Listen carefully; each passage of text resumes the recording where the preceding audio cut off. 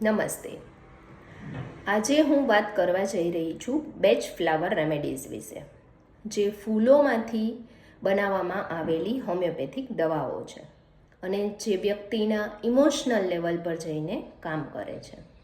For example, એક એવી વ્યક્તિ જે ખૂબ જ વિનમ્ર અને શાંત સ્વભાવની છે અને હંમેશા બીજાની વાતને અને બીજાના હુકુમને ફોલો કરે છે, પરંતુ ક્યારેય પણ ના નથી પાડી શકતી. આવી વ્યક્તિ અંદરથી કોન્ફ્લિક્ટ અને આત્મવિશ્વાસની કમીને લીધે જ્યારે જરૂર હોય ત્યારે પણ સામેવાળા વ્યક્તિને ના નથી પાડી શકતી અને આઉટ ઓફ ધી વે જઈને મદદરૂપ થાય છે. તો આવો સ્વભાવ નથી સારો?